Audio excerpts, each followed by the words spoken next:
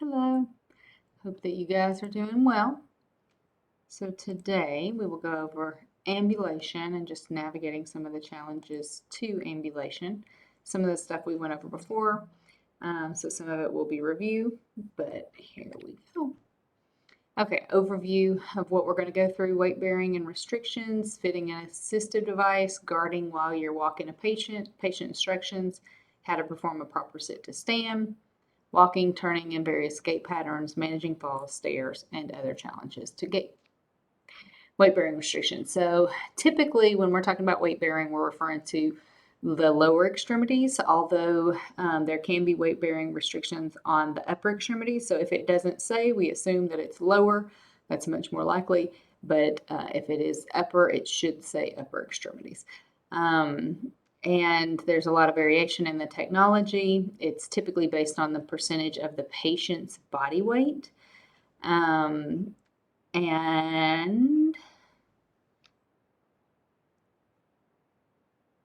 because people typically don't put a lot of weight on their arms, that's another reason why weight bearing restrictions are not as common for the arms.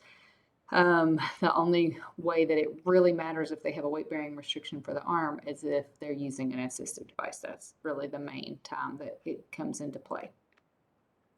Okay, so some of the terminology: non-weight bearing. The foot doesn't touch the ground at all. With toe touch weight bearing, the toe can touch the ground, but only for balance or to keep the leg from hanging and pulling on the leg. But there should be very little minimum weight put on the leg. Sometimes with the hip surgery, sometimes they'll have toe touch weight bearing, and that's because the weight of the leg hanging on the hip joint is more detrimental than placing a little bit of weight on the leg. So that's one of the common times you'll see that. Partial weight bearing, it's usually 20 to 50% of the body weight. I've seen many times where a doctor will specify, partial weight bearing 40% or however much. If it's not specified, then you're going to assume it's between 20 and 50%. Weight bearing is tolerated, essentially means that they are able to place as much weight as they need to and bear through whatever, they can tolerate, whatever pain they can stand.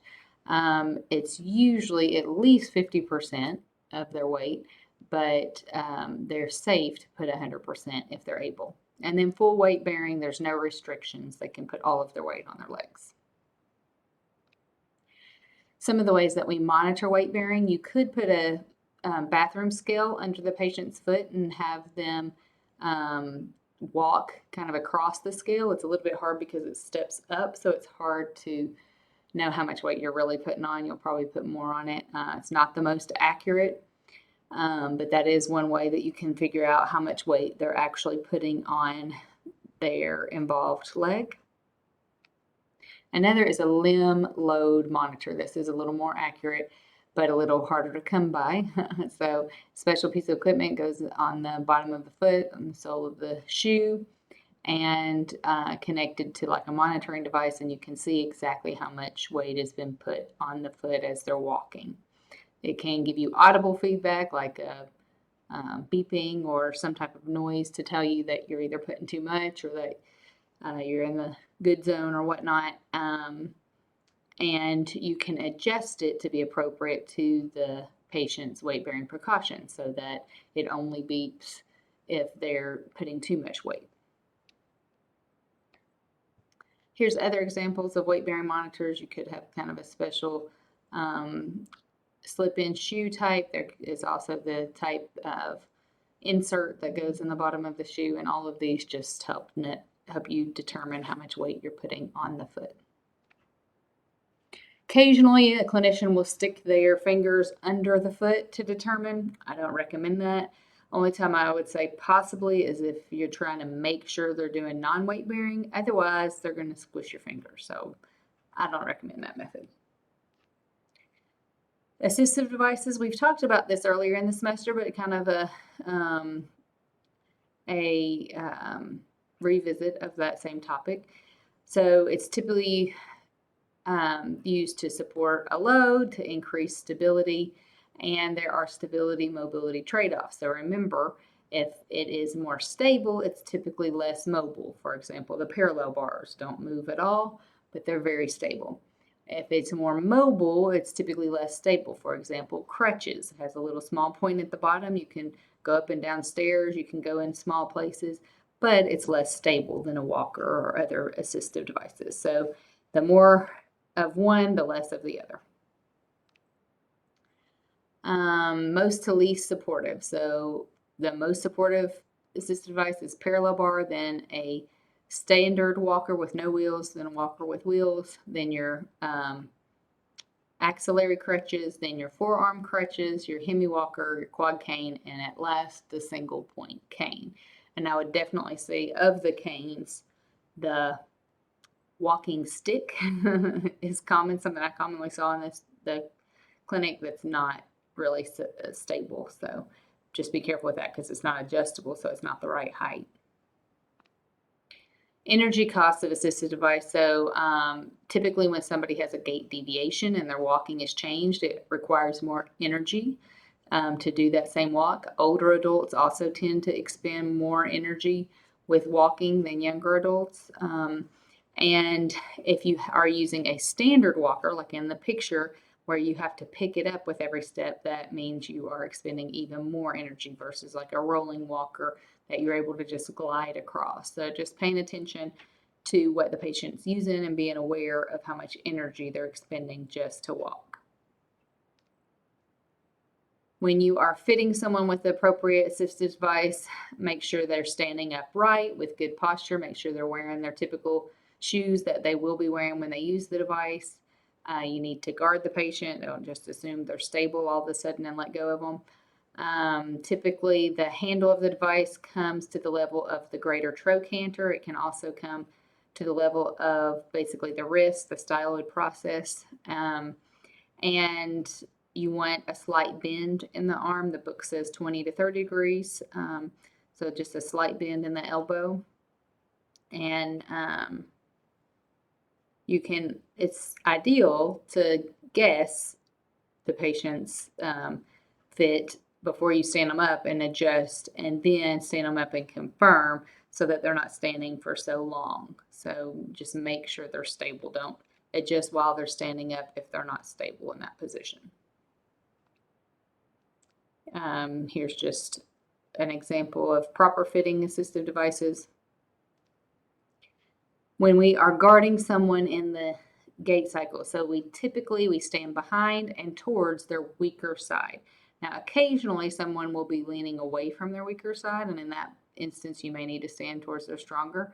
Or if maybe you have a side that you're a lot more comfortable handling, you can do that as well. But if you're not sure which side to stand on, stand towards the patient's weaker side, where they would be most likely to lose balance towards. Some of your control points are the pelvis and the shoulder. So that's why we typically have the gait belt low and control the pelvis with the gait belt, and then have one hand up high so we can control the shoulders if they start to lean different ways. Make sure that your grasp on the gait belt is in a supinated form with your hand up so that if they start to fall, you can grab a hold of it. If you have your hand down and they start to fall, it will slip out from under your hand. There's some pictures in the book of like the wrong way to hold a gait belt, so if you want to look at those, but we went over that in lab, so you should be pretty good on that. All right, hand is supinated, we covered that. Instructions to give the patient. So typically when we have a patient walk, we honestly don't have to give a lot of instructions. Most people that we are walking have walked at some point in their life and they don't need a lot of instructions. But if you're showing them how to use an assistive device for the first time, then I would have them seated in a safe position and show them myself. I'll use the crutches and show them, or the cane, and show them the way I want them to walk and how to hold it and where to place it and all that stuff. Then it says encourage mental rehearsal. You could say, visualize yourself doing it or whatnot. And then start with the most simple task. Let's just stand up and take some steps. And then build on that, walking on uneven surfaces, doing stairs or ramps, any of the more difficult tasks. you want to do once they've mastered just walking on a level surface. Cue the patient to the internal experience of the process. Yeah, whatever. But provide feedback regarding the quality. So tell them while they're walking, stand up straighter, look ahead, shoulders back, grab the device with both hands, lean towards your left if maybe they're leaning too far to the right. You're giving them cues while they're walking. Take larger steps, lift your leg up higher, pull your toes towards your face. All of that you're cueing throughout. That's really what makes gait training a skill. If all they're doing is walking and you're just standing beside of them, anybody could do that. You don't need schooling to do that. But what makes it a skill is giving them those cues and that feedback while they're walking. And then you can teach them how to care for the assistive device and maintain it. So like for a walker, you would teach them how to fold it up so that they can put it in their car, and how to unfold it when they take it out. If it's a rollator, maybe how to apply the brakes and take them off. If it's something where you have those tennis balls on the wheels, telling them to make sure that they don't wear out. If they do, that it'll start scraping the floor. Little tips like that on how to take care of their assisted device. Sit to stand. When you're teaching somebody to sit to stand, of course, they scoot forward to the edge of the chair. Then they lean forward. So nose over toes is typically how we say it.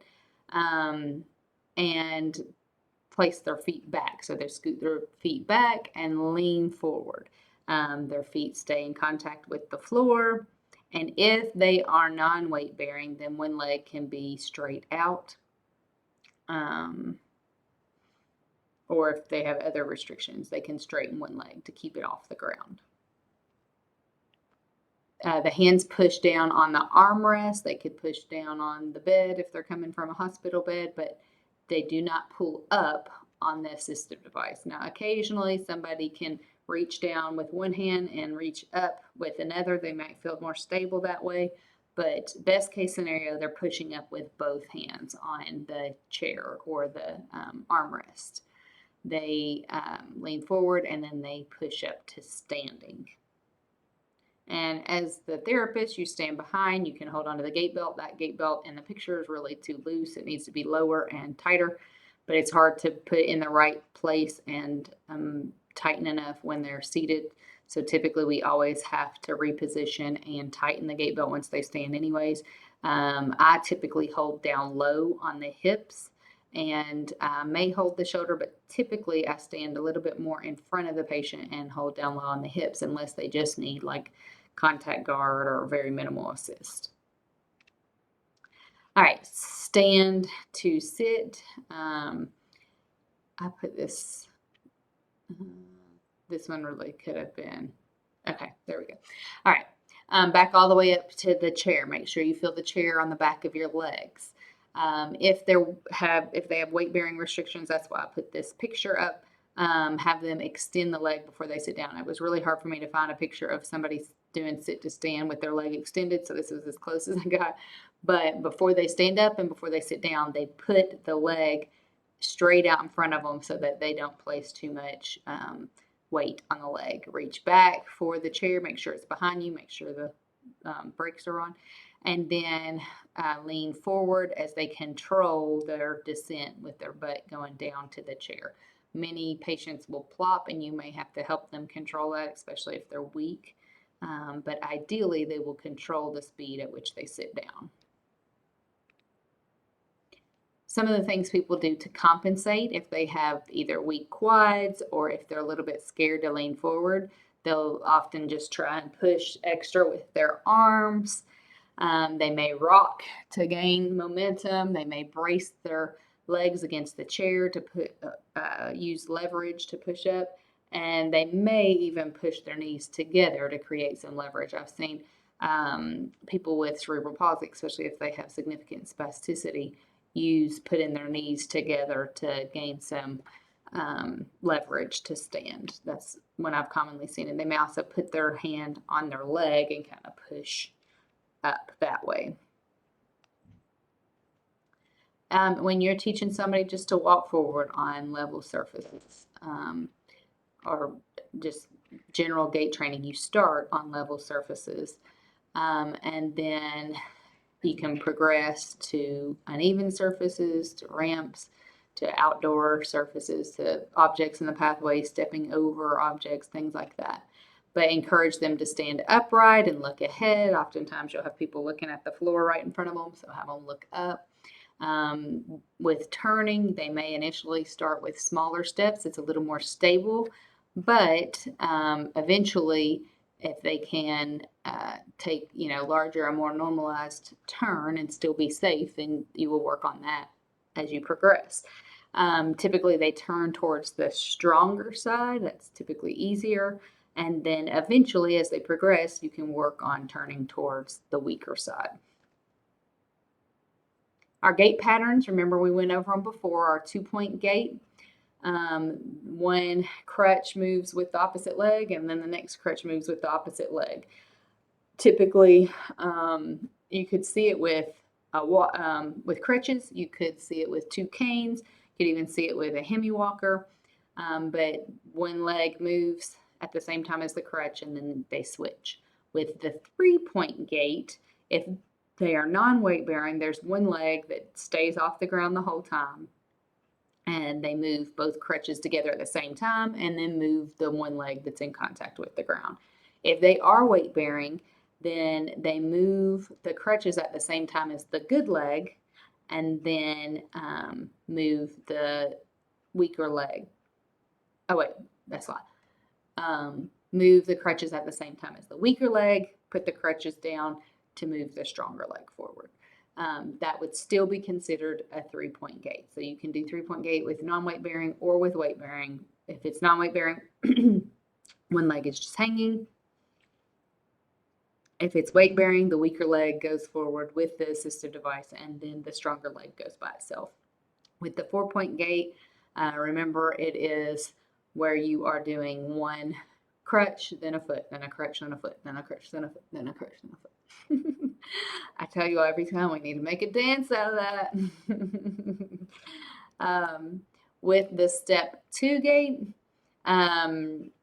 when the leg in swing phase just advances to the level of the assistive device. So they step forward, and even with the assistive device, with a step through, they step forward. This is one leg at a time. We're talking, that's why it's called step, all the way past the assistive device. So the pictures are swing to and swing through, same thing, but now we're talking about both legs at the same time. Swing to, you move your assistive devices forward, and then jump both legs forward to the level of where your assistive devices are. With swing through, you move both devices forward and jump past that level with both legs at the same time. So a step 2 is moving one leg at a time, but only even with the assistive device. A step through, you're moving one leg at a time and going past the assistive device. With a swing to and through, you're moving both legs at the same time. All right, with a tripod alternating, I couldn't find any pictures of this, but you advance one assistive device, then the other, and then both legs. So you move an arm, arm, both legs, arm, arm, both legs. And for tripod simultaneous, you advance both arms, both legs, which is very similar to either a step 2 or a step through. But with the tripod alternating, you might want to do that when you're unstable enough that you can't take both assistive devices off the ground at the same time and still be stable standing. So if you're weak enough that you can't move both assistive devices without losing your balance, you may have to move one at a time and then move both legs. What do we do if a patient starts to fall? So if they are collapsing, first you move your body very close. You can lift up on the gait belt to help them regain support. You can bring your leg forward, as in the picture, his leg is forward and kind of helping stabilize. If you're able to get them more stable, the guy in the picture looks like he's about passed out, but if they're alert and you're able to stand them up, then you can use your leg and your body weight to stand them up. If they're not, then you can use your leg to slowly lower them to the ground. With an angular movement, they start to fall to one side. You try and bring them back to the center by pulling them to the opposite side. Again, you get close and use your body weight as leverage. Please don't try to just use your arms. You will hurt yourself. If they are falling and you cannot stop it, then you try and bring one leg forward and slowly lower them down your leg to sit safely on the ground. If there's a chair nearby, you could lower them to your leg and then holler for somebody to bring the chair close and sit them in the chair. At any point, if you feel this happening, you could yell for some help if there's somebody else in the clinic. It would always be better to use extra hands, but lower them down on your leg. I'll show you also in the lab how to lower them to like a seated position, and you're kind of in like a half kneeling position. Sometimes you can do that until somebody comes to help. When you're doing stair training, we've talked about this in lab, you always go up with the good and down with the bad. So the strong leg goes up first, and you use that strength to pull the other leg up. The weaker leg goes down first, and you use the strength of the stronger leg to lower down slowly. Up with the good and down with the bad. Typically, the therapist always stands in front of the patient or below the patient. Below the patient. So if they're coming down, they're in front of them, and if they're going up, they're behind them. Either way, the therapist stands on the lower step. Typically, if you're above them and they start to lose balance, they just go, and if you've got a good enough hold of them, you'll go with them. There's no way to really counteract that. If you're below them and they start to go, you can sit them down on a step above them, or you can lean your body weight into them to lower them down slowly. Typically, we move the assistive device either at the same time as the involved leg or before we move the involved leg, depending on their stability. I don't like, in the picture, it shows him with the crutches under the arm. I don't like doing stair mobility with the crutches under the arm. I prefer if they're kind of out to the side, just to make sure they don't push them up in the armpits. Walking on an incline, when you're going up an incline, the patient needs to lean forward and take longer steps. When you're going down and decline, the patient typically needs to take shorter steps and may even need to zigzag if it's really steep, to zigzag in order to decrease the steepness. Kind of like when you're going down a hill skiing and you want to decrease your speed, you start zigzagging down. Same thing if maybe you're on a really steep path, if they need to do that.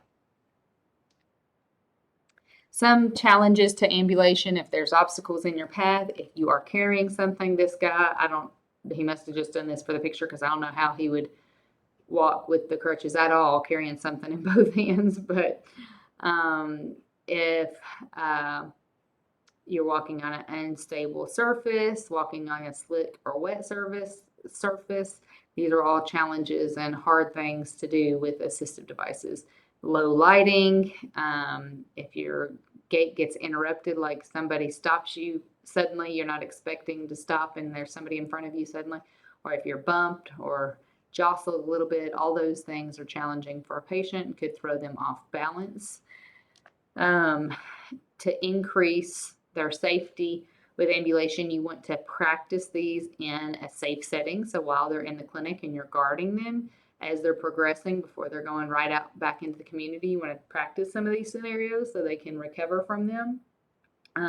You could also practice gaze stabilization, stepping over objects, maintaining balance with perturbation. So as they're being pushed, taking small, slow steps when they're walking on slick surface. You could practice with objects near them, like, to simulate pets running by their feet while they're carrying objects, all those types of things. Important to practice in the clinic to get a good feel of how to do it in real life. This is our last slide, just a summary of what we went over. So you determine which assistive device to use based on whether they need more mobility or stability. And remember, the more stable one is, the less mobile it is. Typically, the handle of the assistive device needs to be at the level of their greater trochanter with about a 20 to 30 degrees bend in their elbow. When we're teaching somebody stair mobility or going up and down a curve, we teach them up with the good and down with the bad. And when we're guarding, we stand on the weaker side or the side that they're most likely to fall towards in order to counteract their balance if they lose it. That is it for today for the ambulation. We'll practice some of these things in lab. If you have any questions, please let me know.